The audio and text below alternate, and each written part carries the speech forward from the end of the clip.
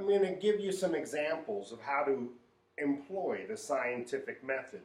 When we use the tools of science, we have independent variables, dependent variables, and control variables.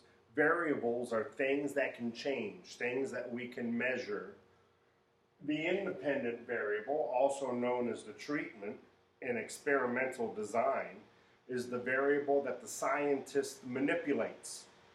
The dependent variable in an experiment is what the scientist measures as a result of the treatment.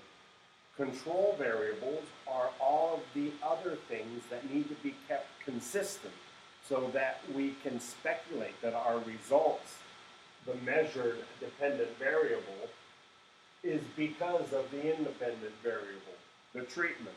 For example, if we wanted to test some fertilizers to see which fertilizer is best, we might set up groups of plants.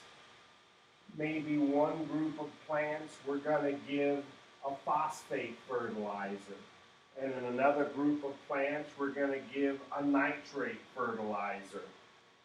These would be our experimental groups, and whether those plants receive a phosphate fertilizer or a nitrate fertilizer is the independent variable, the treatment.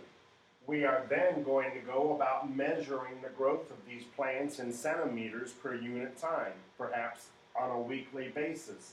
So plant growth is the dependent variable. What is measured? The plant growth as a result of which fertilizer we're using. We also have to have what is known as a control group, not to be confused with control variables. Control variables are all those things that must remain equal in the experimental groups. That all the plants receive an equal amount of water.